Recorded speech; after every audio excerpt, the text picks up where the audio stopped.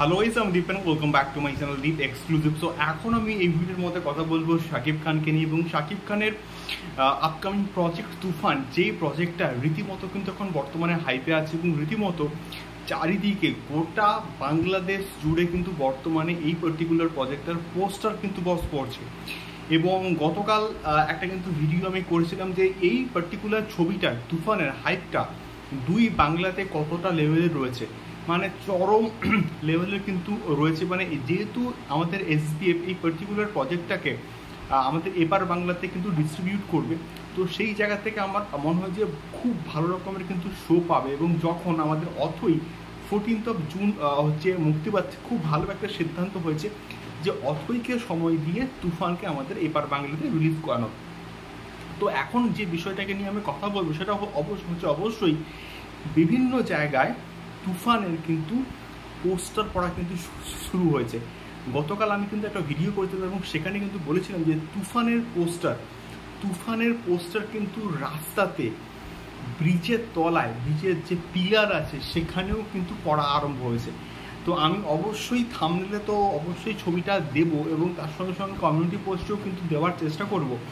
তো গতকাল আমি কিন্তু একটা ভিডিও করছিলাম এবং সেখানে কিন্তু বলেছিলাম যে তুফানের যে পোস্টারটা সেটা কিন্তু এক্স্যাক্টলি অনেকগুলো সিনেমা হলে কিন্তু পড়েছে এবং সম্ভবত আমার এক্স্যাক্টলি আমি রিকল করতে পারছি না, নাম হয়তো হবে তামান্না সামথিং নাম হবে, ওখানে কিন্তু পড়েছে।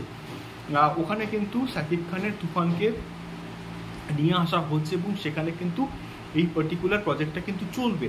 এবং তার সঙ্গে সঙ্গে আমার কাছে কিন্তু আরও একটা পোস্ট সামনে এলো আজকের এবং দেখলাম যে ব্রিজের যে কলাম হয় এবং যার উপরে ব্রিজ দাঁড়িয়ে থাকে সেই রকম কিছু জায়গাতে একটা কিন্তু পোস্টার লাগানো হয়েছে এবং অনেকে সেই পোস্টারগুলোকে শেয়ার করছে, সেই পোস্টার গুলো প্রচুর ভাইরাল হচ্ছে। এবং এই মানে অন্য কোনো সুপারস্টার বা অন্য কোনো স্টার হলে না এইটা আমরা কিন্তু দেখতে পেতাম না। মানে এটা শাকিব খান বলি কিন্তু সম্ভব এবং শাকিবিয়ান্সরা শাকিব খানকে যে কতটা ভালোবাসে তারা কিন্তু কন্টিনিউয়াসলি কিন্তু তার প্রমাণ দিচ্ছে।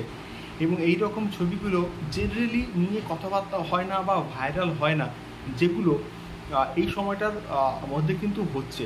সো এই একটা ছোট্ট বিষয় তোমাদের সঙ্গে শেয়ার করলাম এবং তোমাদেরকে ফিডব্যাক জানিও। এবং তোমরা অলরেডি তুফানের কিন্তু অ্যাডভান্স বুকিং মানে বিভিন্ন হলে কিন্তু স্টার্ট হয়েছে, তোমরা অ্যাডভান্স বুকিং কিন্তু করে নিও, নাহলে কিন্তু বস টিকিট পেতে খুব মানে প্রবলেম হয়ে যাবে।